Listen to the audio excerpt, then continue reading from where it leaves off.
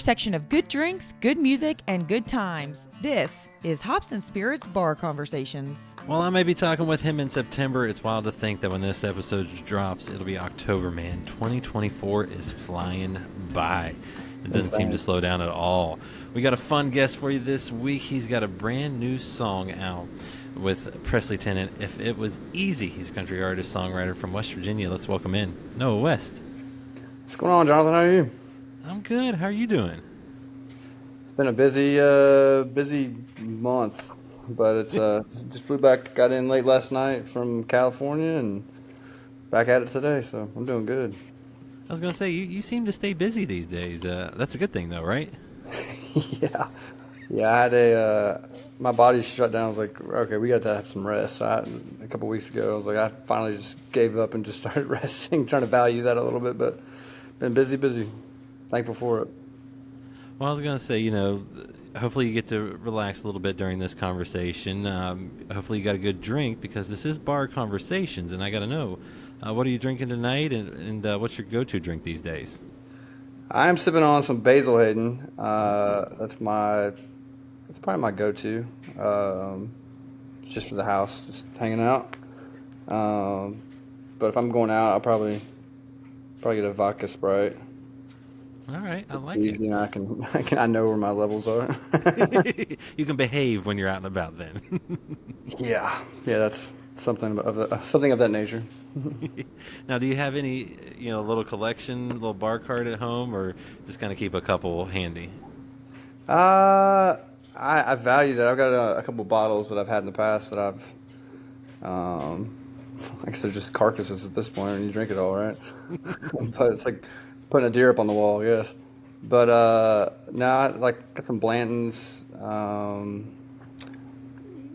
other go-to, if they don't have I like bourbon, so you should just get it in a handle, because it's a lot cheaper when you in the long run. But they don't have a handle of Basil, I'll get a Elijah Craig.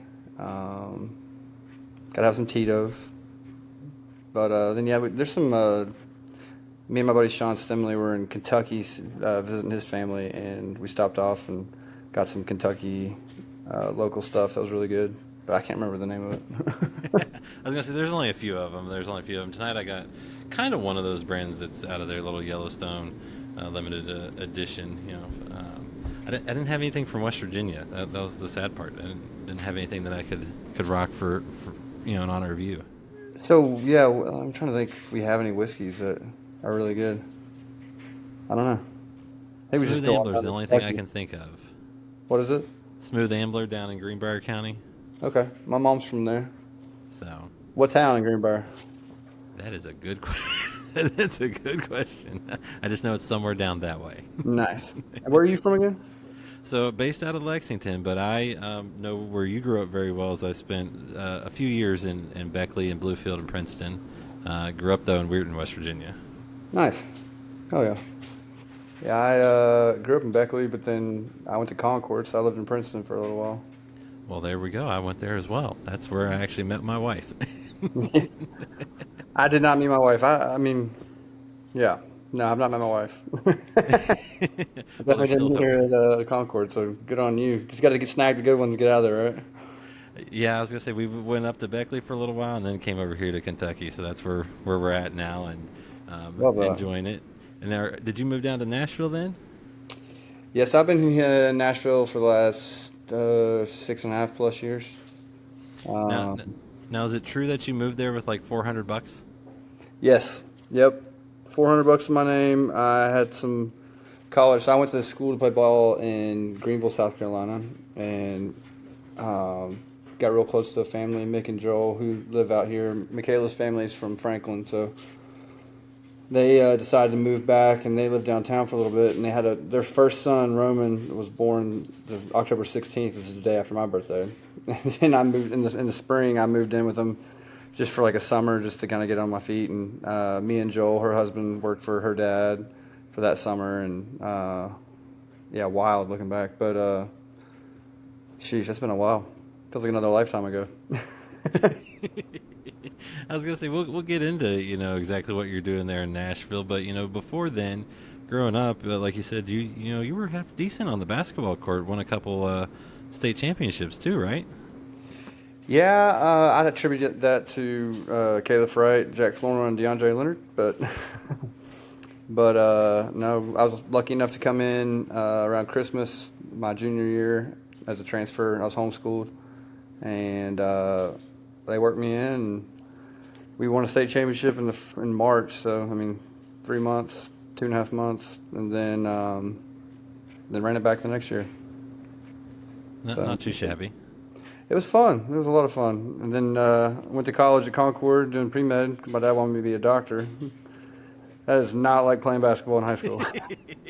It's not fun. But yeah, it was a wild ride. I was gonna say you still didn't do music, like you said. You went to college for something completely different, pre-med. But even then, you switched it up because you still wanted to play a little basketball, right? Yeah, so I transferred again my junior year down to school in Greenville, South Carolina, and had 2 years eligibility left, similar to high school. But yeah, we did not win any championships. But wasn't as smooth of as a transfer. No, but it was good. Met a lot of my really close friends that I've kept, and yeah, I mean, even playing ball until last year, I threw a deer over a fence a year and a half ago and herniated a disc in my back, and I got 2 torn meniscus. So I haven't played ball in about a year, and maybe a year and a half at this point. But it's been, but even getting on some basketball games here in Nashville has been a lot of fun. Back then, golly, I need to get some stem cells so I can go back out there. I was gonna say it sucks when we get older, right? As a kid, I watched the Larry Bird documentary every day, and wanted to be Larry Bird so bad. And then, towards the end of the documentary, they're talking about his injuries, and I was like, man, I just want to get injured so bad so I can come back from it. Horrible thing to want. It's so much harder to come back from nowadays. I was gonna say sometimes just getting up off the couch, a few things pop and hurt. Yeah, yeah. We were joking about the other day. So I wake up sore, and I'm like, "What did I do? Sleep? I slept, and I got sore." Yep, did it the wrong way. Jeez, such a mess. Now you mentioned though you said at the start that you're trying to find ways to slow down every now and then, relax. So I've seen you in the hunting gear, seen you on the golf course. What's your favorite way to relax these days when you finally get that chance? Yes. All the above. Any of the above, yeah. Whichever one's in season. No, it's been good to get back into golfing. I mean, that's the same twisting motion that I hurt myself, so it's a little bit dangerous for a while. But that one's been probably the first thing to come back, and yeah. I mean, I just played with my girl's dad in California, and I sucked. I was playing with his second generation club, so they've been around for 20 plus years. Couldn't get I used an extra stiff shaft driver, and they were hitting. I had a flex, so I was trying to figure out how to slow down and try to hit this ball straight. But see, it was the club's fault completely. Sheesh, yeah, that's what I'm blaming it on. It's always the instrument, not the player, right? Exactly. Now, you mentioned you had a love of basketball. You enjoy the outdoors, kind of being able to relax. Where does music come into all this? Young age, later on, where did music become part of your life? It's really funny because my dad's brothers had a folk band when I was about 8, and his parents got me a cheap, probably Walmart guitar, and then for my 8th birthday, next thing you know, my dad's dropping me off at guitar lessons and didn't tell me it was guitar lessons, didn't tell me anything, just dropped me off. And so I started playing then with an amazing teacher, Dan Bailey, and I was a horrible student. He called me when I was working, when I first moved to town, and I didn't recognize the number, but I picked it up anyway because it was from home. And he was like, "Is this Noah?" And I was like, "Yeah." He's like, "This is Dan Bailey." I was like, "No way." He was like, "I heard something crazy. I heard that you moved to Nashville." Is that true? He's like, yeah, I'm actually working right now. He's like, what are you doing there? And I was like, just writing songs and trying to sing them. And he's like, really? You And left that's an impression on him. all the tell of how great a student I was. But no, I broke up with a girl when I transferred in college to play ball again, and wrote a song about that. And I went to that particular school was a very, very, very strict Christian school, and like we had Bible studies every night with our quad dorm rooms, and all my neighbors and roommates were not country music fans in the least. But I wrote this song and I tested it. I just, like, what do you guys think? And they freaking loved it. And so I was like really surprised. And they're like, you got to keep doing it. So I kept doing it, and I found myself I switched to pre-PT, so I was still science major, but a little bit not as tough as pre-med. And I was waking up 7 o'clock for class, and then class all day, then practice at 7, weights at 9, had 45 minutes to get food before we had to be back in the dorm by 10:30, and prayer group till 11, and then study till the internet kicked off at midnight. But I would be up till 2:30, 3 o'clock trying to do the homework from the day.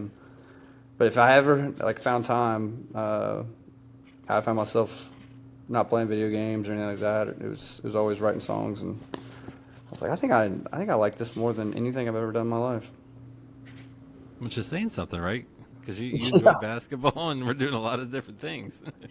Yeah, I kind of grew to hate basketball there for a minute in college, and kind of questioned a lot of things. But it was interesting I started taking my guitar so I could write on basketball trips. And so, I just found myself really diving into that and really enjoying it.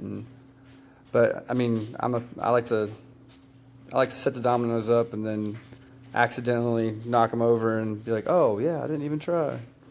But really tried a lot. And so I visited Nashville, and after I graduated, and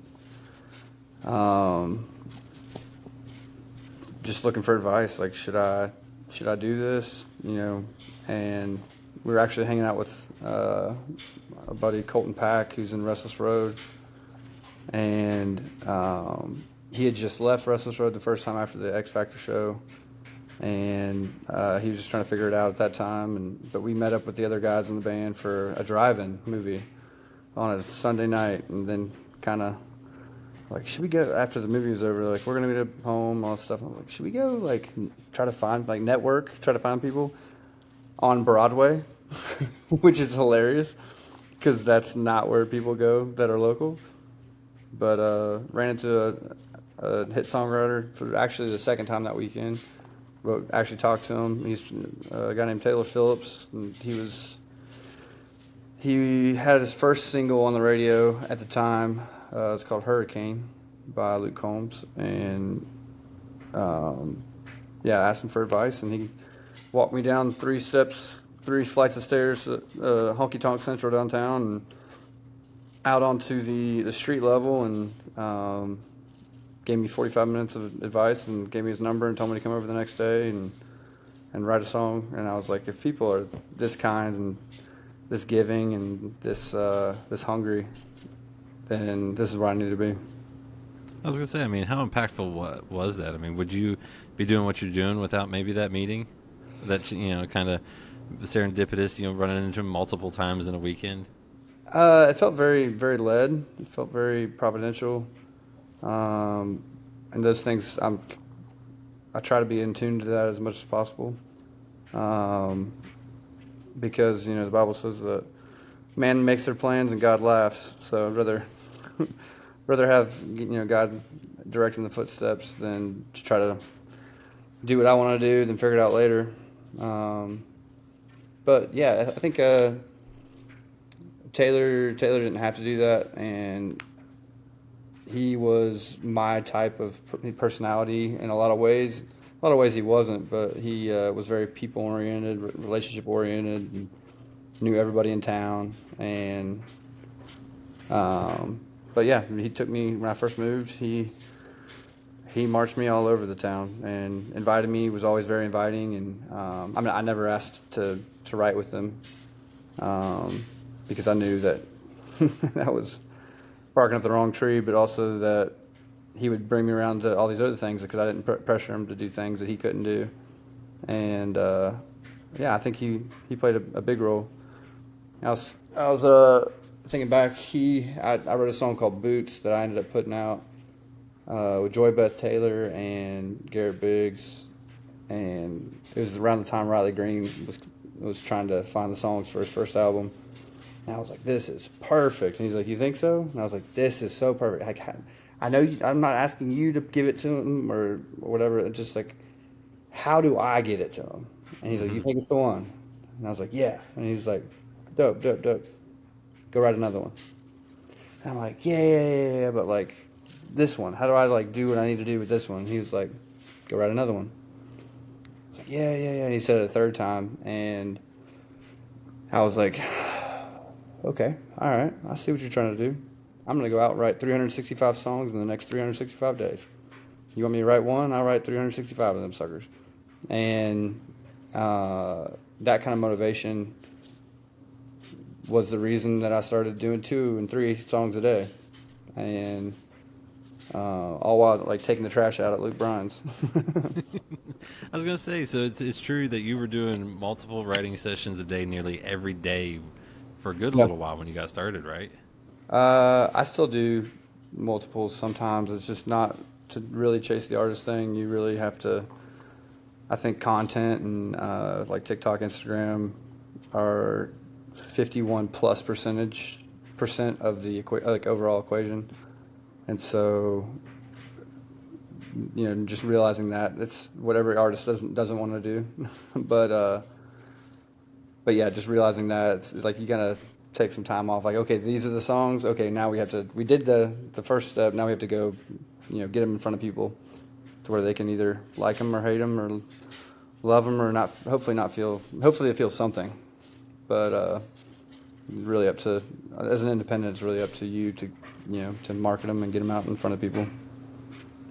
I was gonna say, when you talk about music, what music did you grow up on? You mentioned country in college. Was it country, or were some other genres thrown in there? So I wasn't allowed to listen to music, like a generational pastor's family. And looking back, I don't really disagree with the reasoning. I'm probably going to do it a little different, but as my dad said, you always say you're going to do it totally different and end up doing the same thing as your parents. But, I listen to a lot of Christian contemporary.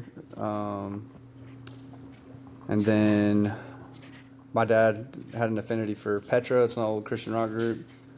And I was allowed to listen to DC Talk. Toby Mac really was a big early influence, Diversity, stuff like that. I grew up the only white kid in my neighborhood too, so didn't really know I was white until I was about 16. We moved out to the country, but it's always had. And then the other music I was around was all like rap and hip hop. Just growing up in that environment, especially sports. So I was like, that's cool. I wouldn't really say what they're saying, but I like the cadences and I like the beats and I like all the coolness of it. And my mom's youngest brother, who's 9 years older than me, I think, introduced me to Brad Paisley. Like, I'm Still a Guy. And I was like, this is genius. This is funny. It's genius. He had songs like Online and Mud on the Tires. But then really when I got my first truck as a 16-year-old and I could drive and could do my own thing a little bit, I turned it to because of him, I turned it to the country station. And the first song that really got me was She's Country by Aldean. Mm-hmm. And yeah, so I think a lot of Aldean's stuff, I was like, he's cool and he's country.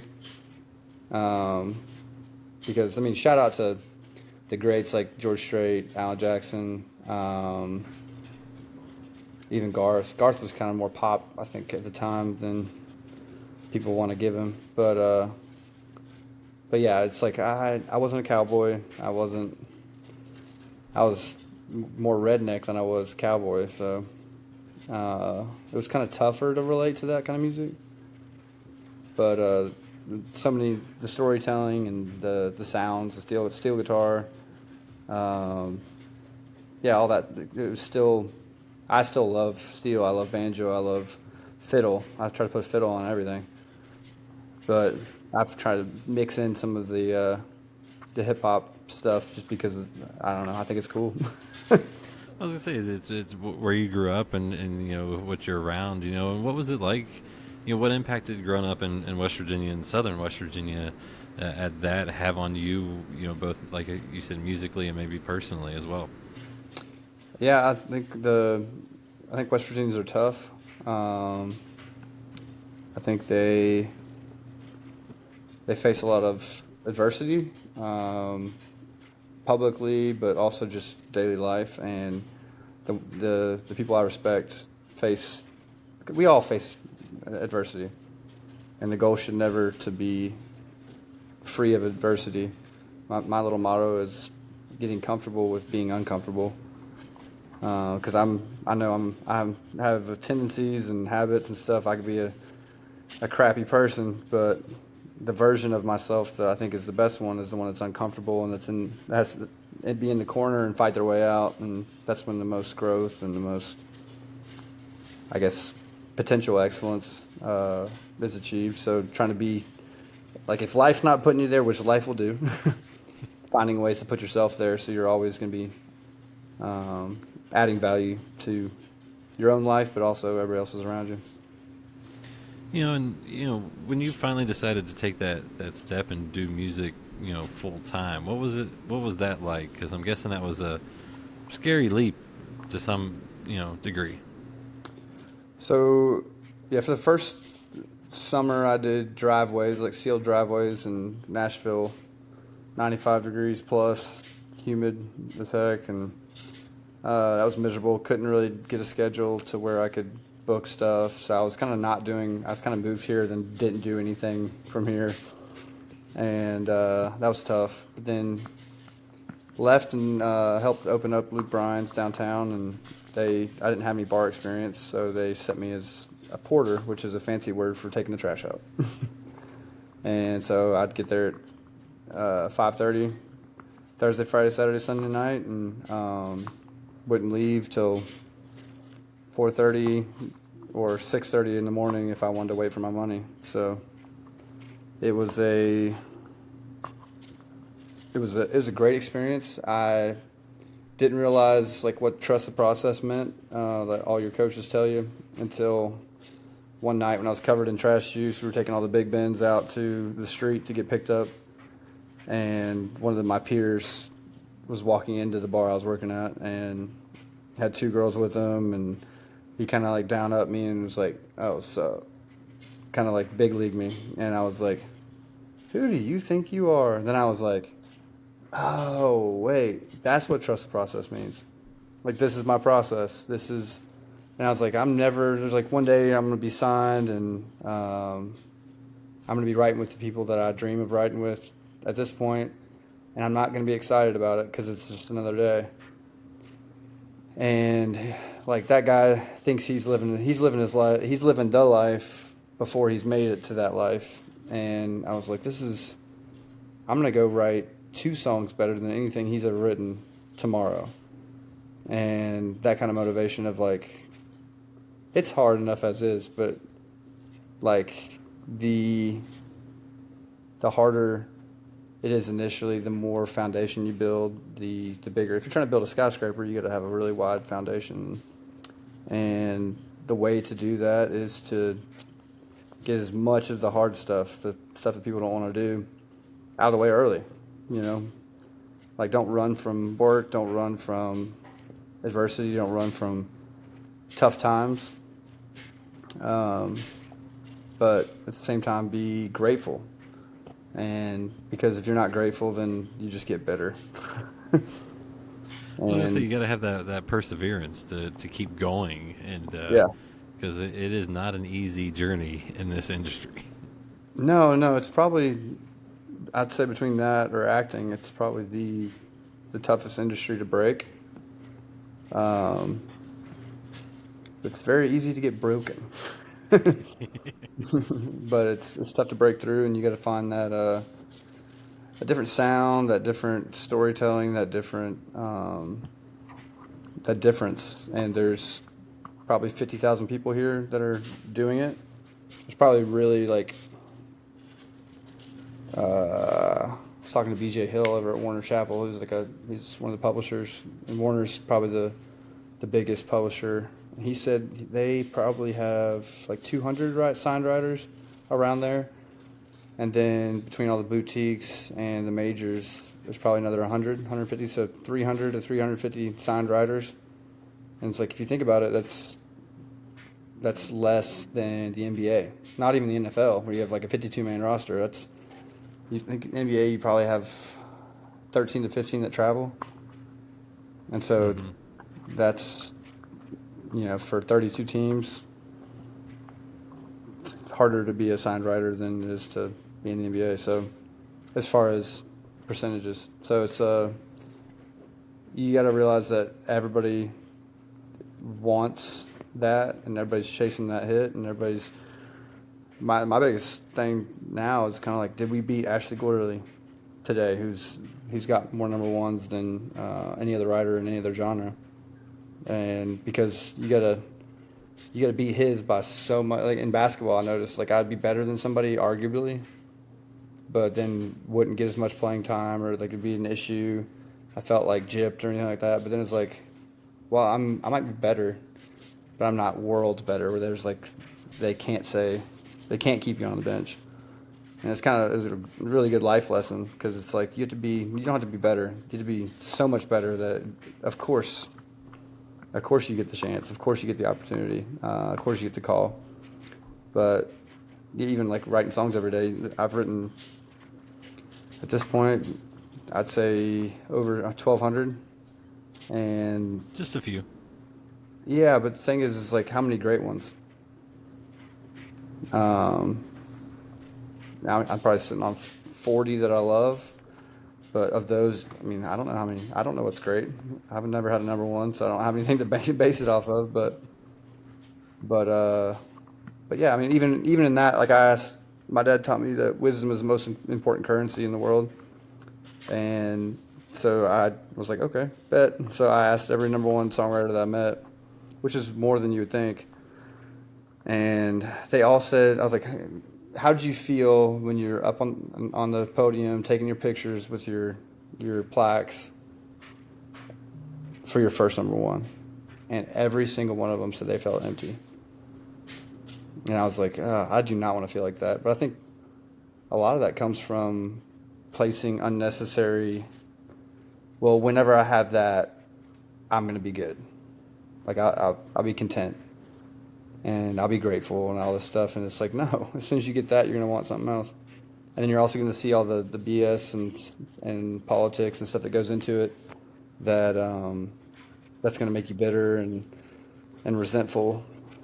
And you're going to know all that. So you're going to be up there and be like, well, this, that, the whole time. And that's something I've tried to stay away from as good as a human can do. Because, just being grateful for every situation. I was gonna say it's not easy, and it like you said, there's so much out there, and sometimes it's luck. The right artist picks it, the right timing, right everything. So it's not easy for everything to line up. And for you though, obviously when you're writing songs, at the end of the day, you want to get cuts by artists, things like that. What was it like when you finally had that first song cut by an artist, and even maybe a bigger artist? What was that feeling like for you? I'm trying to think who put out the first song. I've had a bunch of independent cuts, which is great, because if you're writing songs, you want them to be out in front of somebody at least. Maybe they're not going to ever be on the radio, but at least they're in the world, and it doesn't feel like a wasted day. But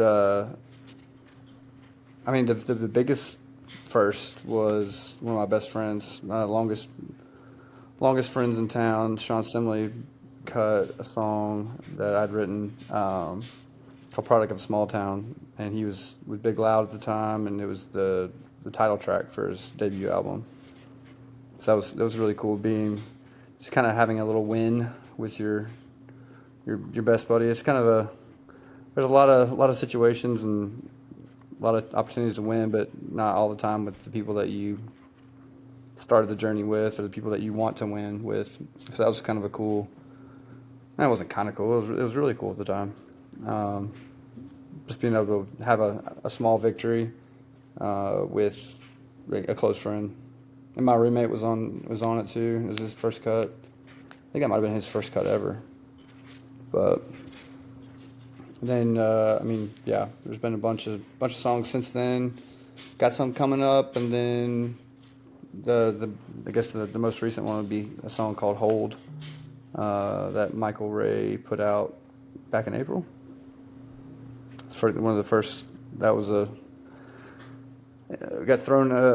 One buddy got thrown onto it as a producer because we needed one. It was with Davey Arnold's, who I've written probably 500 plus at this point. He's probably my go-to guy. And then first one with Richie Brown. He had some Garth hits back in the day. And then Michael Wilkes. He got thrown on the right last second. And he ended up getting signed to the company that I was signed. I'm currently signed with because of that song. And so it was a special one in a lot of ways, but yeah, go out there and write another one, right? I was gonna say, when you're going out there and writing another one, what's that style like for you? When you're writing, is it personal experiences, ideas? I'm sure you got 1,000 notes and things in your phone, but how does, when you're trying to come up with something, how does it work for you? Yeah, I just listen to people talk. Since I've been signed for almost 4 years. So I get to fully do music, which has been a blessing. Signed with Michael Knox, who is Aldean's producer. So the guy that was making all the music that I thought was cool is the one that gave me my first shot. So that was a cool moment. But then, I just listen to people talk, write down notes. I have 1,432 song ideas right now, and most of them are probably trash. But just writing down little phrases, something maybe you could flip, maybe that could be a song, but then the best ones are going to be the ones that come from personal experience. That I think everybody, as songwriters, they're like, we need to make it vague so it relates to everybody.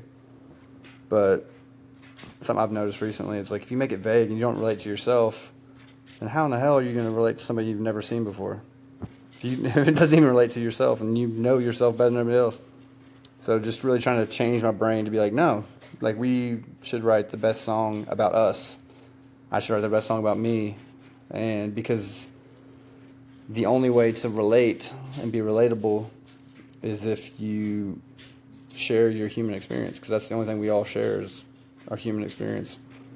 And so just being able to translate that in a cool melodic way where it gets stuck in their head, that's the battle. But if you can be catchy and cool, but also be relatable because you relate to yourself, then I think that's when you are entering the hit zone.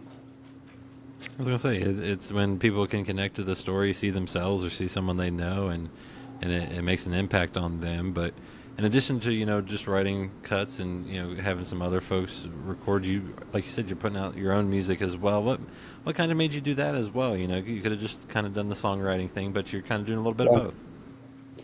Yeah, the funniest thing is that, and because of this, I keep them closer than everybody else, is that my closest friends were like, even through college, they're like, you can't really sing, but you can write. So I was like, okay, I can hear that. All right, get better at that, but also just focus on writing.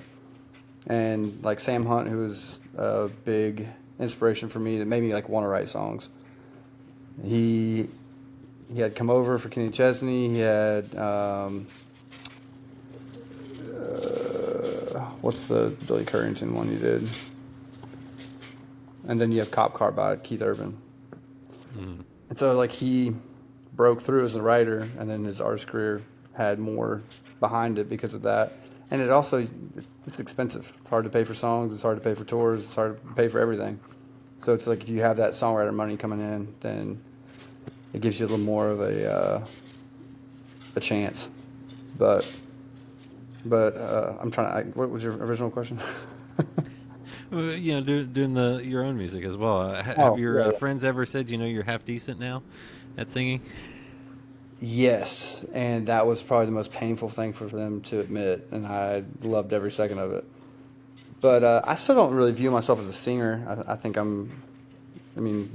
love Johnny Cash's music, and if Johnny Cash could make it as a singer on such a high level, I was like, I have a chance. But yeah, so I think having a hometown buddy want to invest in me and pay for the recording process. I'll always thank Greg Darby, Little General. Doesn't have any win in it for him other than seeing somebody from West Virginia win, and that's my motivation every day is to win for him, to win for yourself, but win for him and win for West Virginia, and realize it's bigger than me. It's that should always be the goal. Like, you never should just win for your own personal gain. Win for your home, your hometown, your home state, your home people, your family. I put some clothes in the dryer. Is that too? Can you hear that? No, you're good. Okay. But I think it's such a big thing, and it makes it. I struggle with everything. Things being about me. So I think it makes things easier when you make it about the people that you care about as well. And yeah, we do everything for God's glory. If you mean that, then it really never is about you. And that kind of makes things a little bit simpler too, especially in an industry that's like you, which is a struggle for me. I don't relate to that at all. Well, you're able to put out some really good music. It's what ended up getting me to messaging you and having you on, and you just released a new one, If It Was Easy, with another artist that I've had on the show a while back, Presley Tennant. How did that song come to be, and was she originally on it, or did it become a duet? How did that work? Yeah, it's been a long process. Wrote it with Jim McCormick, who he wrote like Take a Little Ride, Jason Aldean, The Good Ones, Gabby Barrett. I'm trying to think. He's got 3 number ones, and then several hits behind that too as well for a plethora of artists. But the original idea was to write a song that Jason and Karen could follow up, If I Didn't Love You. And he already had You Make It Easy that Morgan Wallen wrote for him. And I was like, let's take a stab at this idea of if it was easy, then everybody would do it, right? So what if we apply that to love? Like if it was easy, we wouldn't even want it because we're not working for it. We just take it for granted. And so me, him, and Jared Griffin got a demo. And then Lydia Vaughn, who wrote If I Didn't Love You, I asked her if she would sing the female part because Aldean and Carrie both loved her voice, and I was trying to do that, and she graciously did. And funny, I told her to bill my publisher for that, and I don't think she ever got paid. I don't think she ever did. I think she just did it for free. So that just speaks out to her character. But so we had her on there, and then sent her around, did the whole pitch thing. Didn't make it with Aldean. And then surprisingly didn't make it with a couple other artists. And so I was like, this is one I want to do. And it was fall of... I was thinking about doing it fall of last year. So it had been a full calendar year ago. And then the first... I was thinking I was decently close with Ashley Cook. Then I was like, thinking about it, I was like, I don't know. She does so many duets, but at the same time, she's on a label, and when you involve a label, everything gets more complicated. And then I actually showed it to Shaylin, and she liked the song, but she just got done doing a bunch of duets, so it wasn't a right fit for her. And then met Presley in May, 2 Mays ago, and we got close, and then I wanted to put her on another song, then didn't do it, and then this one just kind of made sense from her pop background. So it was then we jumped in the studio and had her lay the vocal down. I was like, yes, this is a great decision. But I was gonna say it turned out great, and I noticed a few spots when you were promoting it on social media where you were in some very iconic southern West Virginia places. Yeah, you sitting there, looking at the New River Gorge Bridge and things like that. Yeah, so I actually went to Oak Hill High School, which is 10 minutes from there. So I got to show her all around that area and all around home. And we just got back from California. Well, I just got back. She's flying out here tomorrow, but we went out to it was supposed to be a dry lake bed. We were going to shoot some content and cover art for my next single, and also, shoot some stuff for us for this song. And in California, wouldn't you know it, the freaking thing was loaded with water, absolutely loaded. But we found some cool stuff to backdrops and stuff like that, which is just kind of different from anything else that I've posted in the past, which is really cool. But yeah, we had to. It was a really interesting shoot because we went out there and we drove through the cartel and had them hovering on side by sides the whole time we were shooting. And at one point, she's like, "We got to go. Like, pack up. Let's go." And so I wonder how close to a weird situation we were in, but it was funny. So do it for the gram, right? At all costs. I was gonna say you got a story out of it, and yeah. Almost got a couple stories out of it. Yeah. I was gonna say it's a great song, and you, like you said, you got I'm sure some more music, and I'll ask about that in a second. But you've also put out other songs this year. You had a duet, Run Out of Rain with Kaylin Robertson, to One Man Job, and then even Almost Heaven. And I feel like those songs are a little different, each of them, kind of showing a little different side of you. And what was it like to kind of put out this collection of songs this year?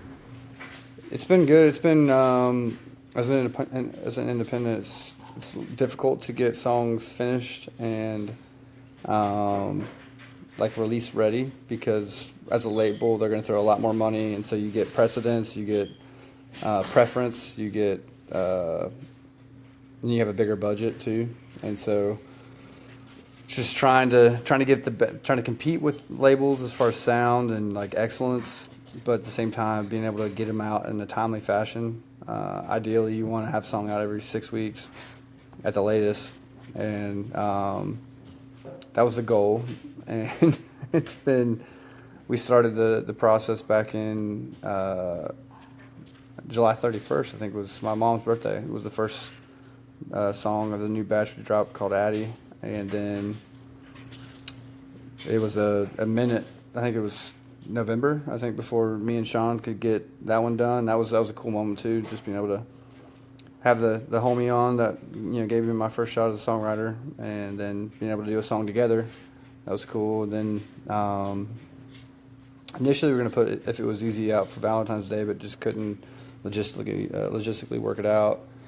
So we did One Man Job in January, and then Lifetime for Valentine's time frame, and then followed that up with Run Out of Rain with Kaylin, which was cool because Micah, the original songwriting group was me, Micah, and Kaylin.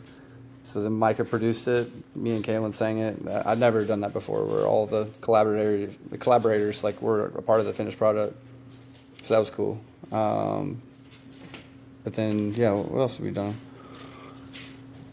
So many songs. I was gonna say you had Almost Heaven, which I know Almost Heaven, hits yes. home for Yeah, that for was a really cool. Um, just wanted to write something for West Virginia. Send it around to an old West Virginia quarterback, Mark Bolger, who became friends with and lives in Nashville. And it's like sent to a couple other West Virginia friends. But Mark was like, "Yeah, I love it." Kind of sent it to my sister.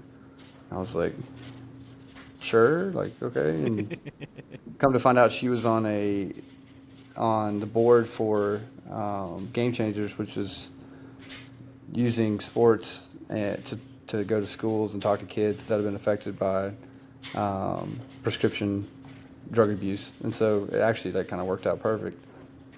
So I got to go down there and play their annual fundraiser, and I opened up for the governor and then Jennifer Gardner and Joe Manchin, and they all spoke there, and it was cool. Got tackled by Don Nealon and Bob Pruitt. Well, Bob tackled me. Nealon not so much, but got to hang out with those guys who are like legends in my mind, and probably a lot everybody else's too. But it was cool to have a something that West Virginia people related to. And then you mentioned, you clearly were working on some stuff out in L.A. So any more new music coming this year? And obviously, as an independent artist, I know you're putting out singles. Ever an EP or an album maybe in the future? Yeah, so the next one is going to be controversial, not because that's the nature of it, but it's probably how it's going to be received. It's called Cancel Country. Just started teasing it a little bit on TikTok, but going to start teasing it heavily. So by the time this comes out, it'll be heavily teased. But we just shot the cover art. But it's just a song about just being fed up with the cancel culture, and a lot of attack on just being a good person. Like in that nature, like why is that being attacked? Why are Christian values being attacked? Why is everybody just folding and changing because somebody said so? A lot of things in life you need to change. Like change is great, but at the same time, like, well, I mean, I went to lunch with Sam Hunt, who's a mentor to me in a lot of ways now, but somebody I respect, and he said, when he was telling me, I wanted to hear his story, and he said the first part of his career he was so focused on knocking the walls down and being so different, and then as he's gotten older, he's like, there's some monuments that you need to preserve, and so trying to, like, knocking down things is not always a bad thing, but when you start attacking monuments, good or bad, like that's part of the history. We got to you can't forget about them. And you got to be like, well, this happened. It was a good thing. We got to go from here. If this happened, this is a bad thing. We got to grow from here. But just knocking it down, trying to erase it, is not the answer. And the song at the end, in the bridge, it spells it out. It's like, Monday morning we're gonna go to. So wake up. Monday morning we'll wake up and go to work. Sunday we'll wake up and go to church. Real country is to love, not hurt. So you can't cancel country. Basically, just like be a good person, work your tail off, but don't stop trying to attack things just because you want to attack something. I like it. I like it. It sounds like some good stuff coming, and as we get toward the end of the conversation, this is one of my favorite questions to ask. I always got to ask what you're drinking. This is probably my second favorite one. And it's always interesting to see what people say. What's your favorite song to perform these days, whether it's one of yours or someone else's that you just love to perform?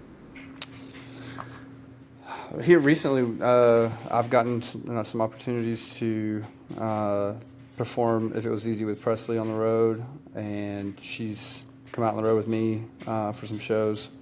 And it's been the same response of, like, on my end, at my shows, people come up and be like, we came here for this person, but we left being a big fan of y'all and that song. So that's been one that I've really enjoyed performing. I will always love doing Curves. The first song I had a little bit of success with, and it's kind of the vibe we're trying to get back to on some level in the new music. We're going to get through some, there's a couple, this next one will probably be the last, I don't know, pushing the envelope song as far as kind of exploring unexplored areas. We're trying to get back to what is like bread and butter. I feel like I'm ADD as hell, so it's like I feel like the music has been kind of like that too, and maybe in a bad way, maybe in a good way, but like just trying to get back to what people can expect. Different takes of the same kind of vibe, for at least for a little bit. I was gonna say, you at the end of the day, as long as you're true to yourself and making music you enjoy, hopefully other people are enjoying it too. And like I said, I've loved If It Was Easy. Curves is a fantastic one. I came out of nowhere with Sean's, I think the song that put me on to you. Sick. Love that. Like I said, you're making good music, and like you said, you got a lot coming up with other songs. What else can folks expect from you the rest of this year and then on into 2025? We just finished up production this past week for Cancel Country. We'll be talking about that soon. Tomorrow, I don't know. ASAP Rocky. The goal is to do an acoustic version of that as well, kind of more broke down. And then just looking at the calendar, it's probably time to start gearing up for January, March, April, May. Got some songs I'm really excited for. My favorite song I've been a part of is one of those, and I think that's, and some new stuff as far as just having a new team and kind of changing that out and seeing excited about where that could go, and but yeah, some stuff on the works on that end as well. So I like it. You got to stay stay tuned. Very vague answer. Hey, you did the tease well. It's like someone told you, don't give them too much. Let them be on the edge of their seats and just follow you on social media. You'll find out. You'll probably hear a little bit of something at some point. TikTok is the safest bet. Gonna be a lot more. The most stuff is going to be on TikTok, and then Instagram, and trying to get YouTube Shorts up, and I still have no idea how to work that. But you and me both. I'm still trying to figure out what's ever going to pop off. But at the end of the day, talking to you, having those real conversations, like you said, being people and connecting, seems to be doing okay. And Noah, man, thank you for sharing a drink with me. Cheers on that. Cheers, brother. Can't wait to see what you got coming next. Love it. Thank you so much for having me on, and enjoyed it. Find more from Hops and Spirits at hopspirits.com. Thanks, everybody. Bye.